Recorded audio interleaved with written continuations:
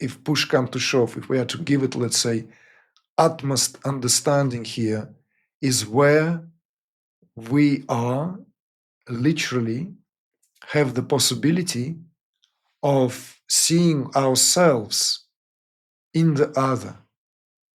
The greater intimacy there is, the greater is the dynamic of collapse, exemplified by the collapse of subject and object. In other words, intimacy is when the object of our desire, whoever that happened to be, is seen as our own very self.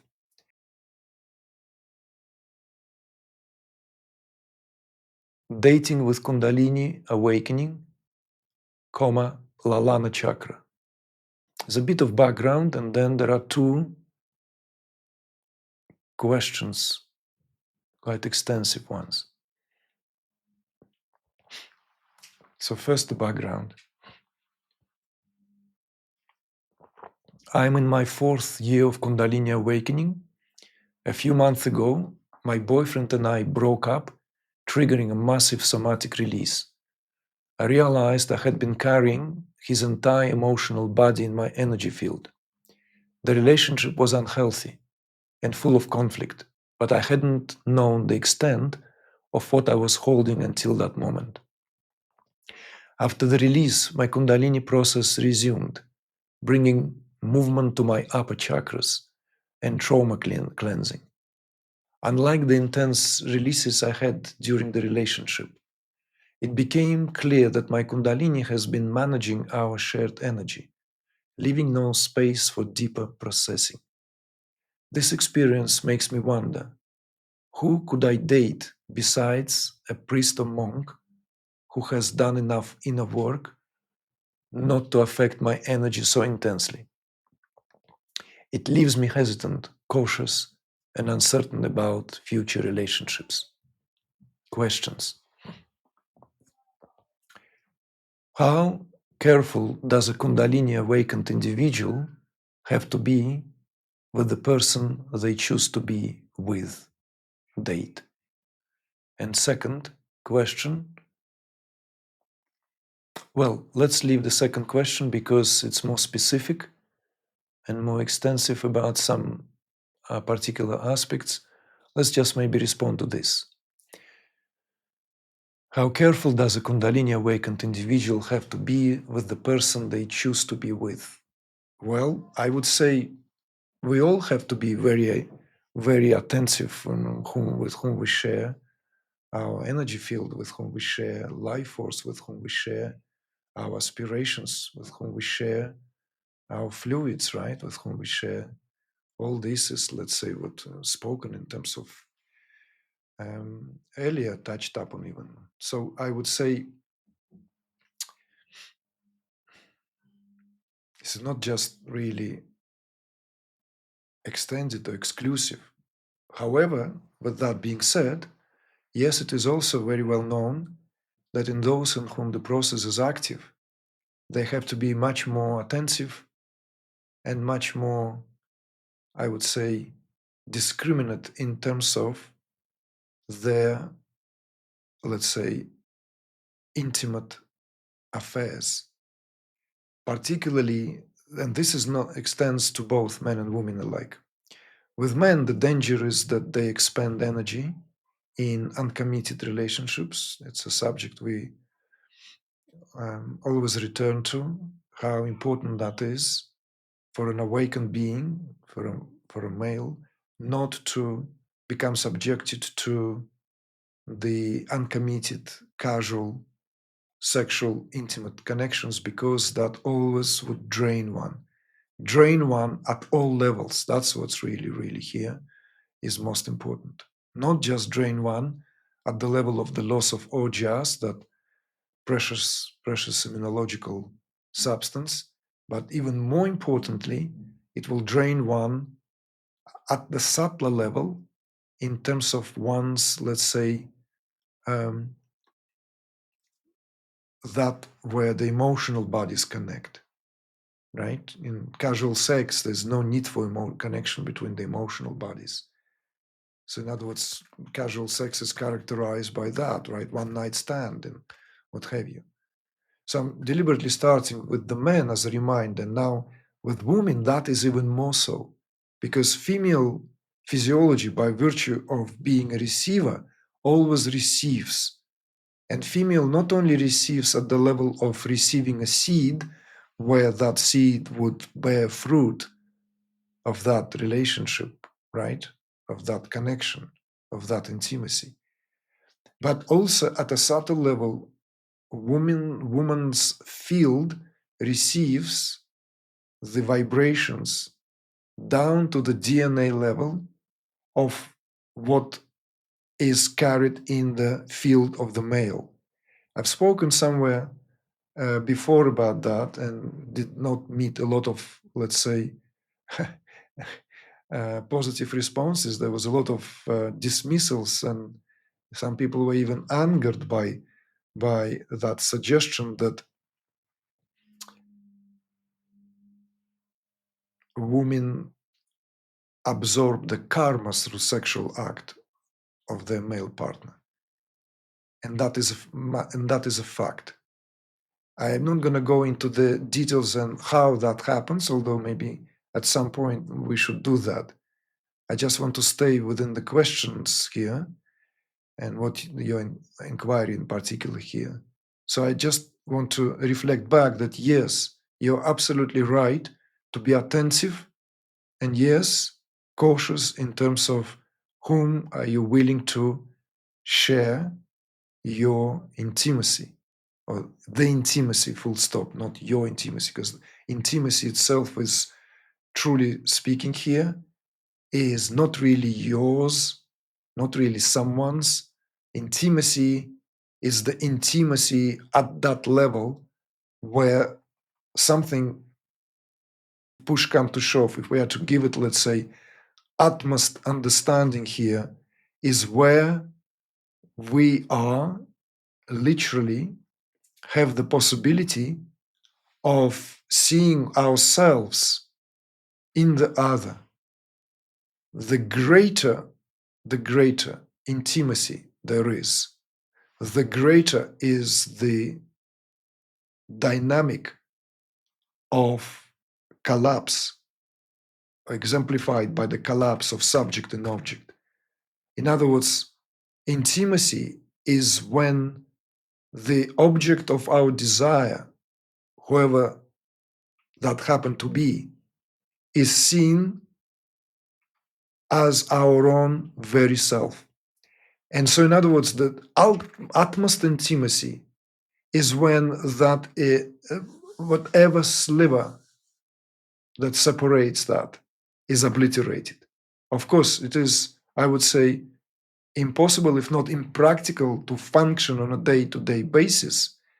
But in some cases, in certain moments, this is what some of us are granted, that experience of that utmost intimacy.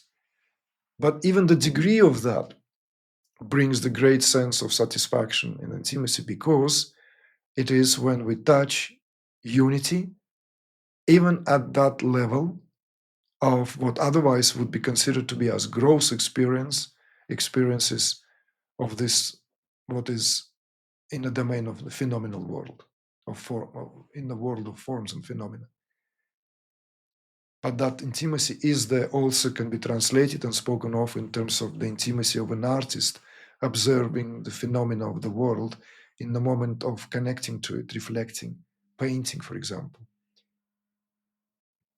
If you are to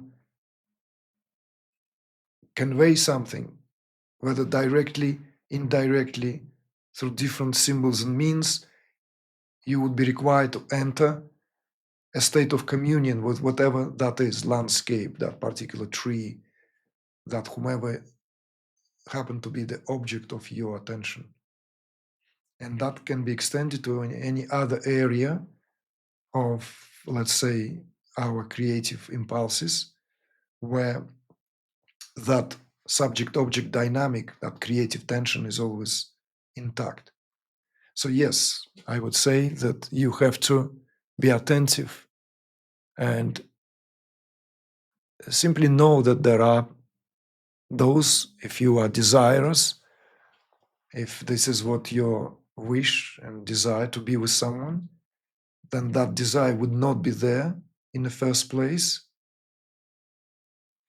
if there was not a person out there, so to speak, that would match that what you need for your fulfillment and evolution at this plane. Or maybe let me rephrase it so it doesn't feel as an impossible kind of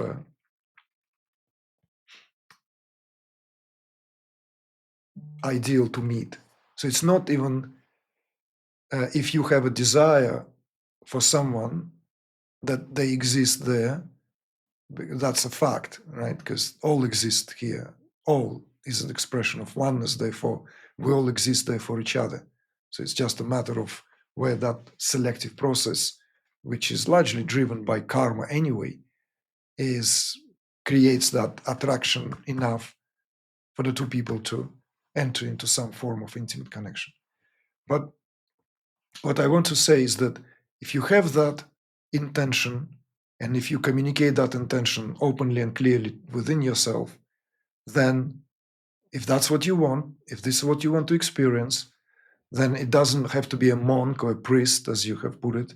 You know, it could come in disguise or in the guise of a person who is just attentive, sensitive enough, even if he or she, well, in this case, you're a woman and heterosexual, in a heterosexual relationship, it doesn't mean someone have to be awakened or at the level of what you would consider to be on par. You see, so this is also, let's not get confused that now you only have to be with someone who is going through the process yourself, as yourself.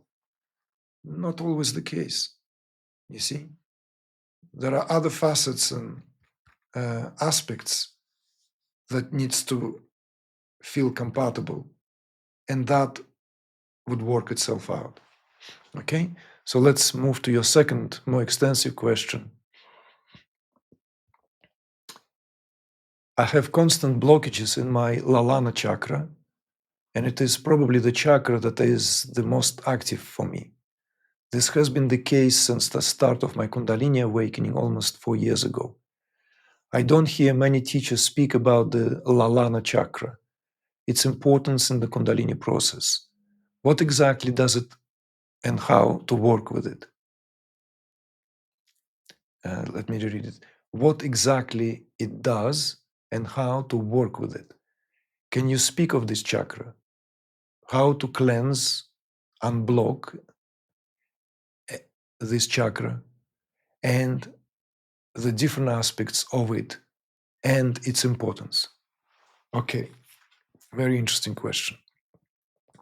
So, for clarity's sake, for those of you who have taken Kundalini course, we use another term for it. We use the term talu or a palette, right?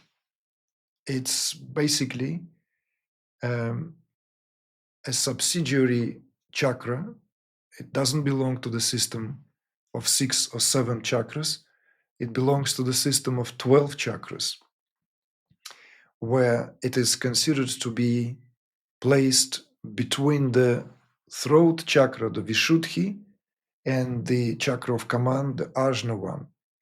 And it is positioned and corresponds to the place of the soft palate, literally inside the skull, in the area where the head as a skull joined with the neck. It also corresponds likewise to the place of a bindu inside the skull, where it is believed to be activated when Kundalini is reaching the higher centers, and the importance of what you refer to as Lalana Chakra, right? And what we refer to as Talu. There are some other terms for it in Sanskrit. Is that being a subsidiary chakra, it is in the domain of both the Vishuddhi, the throat chakra, and that what corresponds to the Bindu Visarga, which is the ajna, the command center. So its position at the soft plate, and where our tongue, if it's curled, right at the entrance to the larynges, the nasal passages from the inside of the extension of our throat, corresponds to a place which in Tantra and Yoga plays special significance because it is believed and understood that when that area is activated, in this case, when Talu is activated or Lalana Chakra is activated, then the nectar of immortality, Amritam, which is issued from the activation of the very important glands, right? Activation of the pineal gland, which corresponds to the Bindu Visarga, that point of origination, the point of emission, right? Literally that dot of the singularity, where the whole manifestation, as it were, contains in a form of sound, and then from there proceeds cascading down and giving form and shape to everything. So in the anatomy of that esoteric anatomy, the Lalana or Talu is the place where the nectar of immortality that begins to trickle down when the respective chakra is, not the chakra, the respective gland is awakened, gathers before it proceeds into the Vishuddhi chakra and further into the heart chakra, so as to give that utmost nourishment. In a normal human being, it is believed that the nectar of immortality, even if it is released in all of us human beings, some of it always has to come into the body because that's the way we function. Maybe just a drop of it generates there. But soon as it goes down, if the area of that soft palate corresponding to the talu is not, let's say, acting, functioning properly, then that nectar of immortality falls down into the gastric fire, right? And simply being burned. This is the yogic perspective. This is the perspective that is very well known in yogic esoteric processes. So it's believed that one would need to have the conditions met when that nectar, that amritam, gathers and first, as it were, assimilated in the area, collected in the area of that Lalana Chakra, so as to then being prevented from falling down into the gastric fire. Yogis, for instance, just out of additional information, they cut the frenum, right? That what our tongue at the beneath, as it were, being held, that right, that with the in the scriptures they speak about particular type of grass, bamboo, which is so sharp that they do insertion and then until it heals, and then another insertion, and then until it heals. so as to release the tongue, so the tongue can extend when it's curled back and pressed against the soft palate, so as to facilitate the awakening of that particular chakra and to prevent from the amritam to fall down, and so as to, effectively speaking, facilitate this. It's referred to as Kekari Mudra. This Kekari or Kechari Mudra is performed by the tongue curled back and pressed against the soft palate. Something which often happens to the one in whom the Kundalini process in full sway. Yeah, I've related it already many times before. It happened to me quite early on in the process, within its first year, where the tongue just simply curled back and forcefully was pressed in that position, gently pressing against forcefully turned back and pressing against the soft palate. And then I would find myself in that outside of meditations. I would just be going about my daily life, and it's just finding that that's where the tongue is, sitting somewhere reading. Like, as long as I don't have to talk, that's what would happen spontaneously and automatically. And of course, I found confirmations in some autobiographical accounts and in some scriptural references that is more desirable than what, let's say, described in Hatha Yoga Pradipika, when the tongue is being freed by cutting the frenum repeatedly so as to allow the tongue to extend and to perform that voluntarily. What are the functioning of Lalana Chakra, as you call it, as it's also known, or Talu Chakra, is that it corresponds to many different functions. I believe, if my memory is correct, symbolically it is represented by 12 petals. And they are made of opposites. So in other words, it's confidence and pride, sense of satisfaction and longing, depression and happiness. All these opposites are contained, as it were, within the symbolism of the 12 chakras that Lalana Chakra is known for. And its function, therefore, here is very important because of its association with the function of the release of the Amritam. Now, you're saying that you feel that there is a blockage and how to work with it. One cannot really work with the Lalana Chakra directly other than through the aforementioned, most well-known Kekari or Kechari mudra. But the key here is that it is in the domain of the Vishuddhi Chakra. So as long as there are no blockages in the Vishuddhi Chakra, which corresponds to the throat chakra, known as the throat chakra as well, right?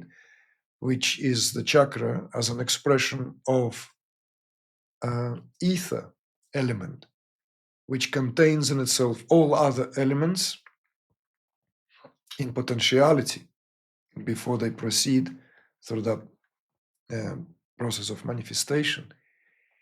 And it's in turn is an expression of sound, right? So sound and ether are the reality of that domain. So if the Vishuddhi Chakra has no abstractions, if the Vishuddhi Chakra is clear, then Lalana Chakra functions properly and opens up because it immediately interconnected to that. So this is what I wanted to relate to you. I don't know if this will quench your satisfaction, curiosity. So the cleansing here belongs to the domain of the throat chakra because it is under its influence directly there. And yes, again, the reason why not many teachers speak about it is because it doesn't belong to the classical system of chakras. It considered to be secondary chakra, and it's kind of covered by the activity of the Vishuddhi, and therefore it is under the influence of that at that level, whereas the influence of what ignites and propels and activates the release of the Amritam is in the domain of the Ajna chakra. So as long as the access to the Ajna chakra is opened, then the rekindling of both pineal and pituitary glands is a matter of, it's a byproduct. And so with that, Lalana chakra or Talu will function as they meant to. They will function as what their purpose is really. So you can practice like what to do with that, vocalizing, singing, expressing yourself fully, not holding back, but vocalizing, singing, chanting would be greatly helpful.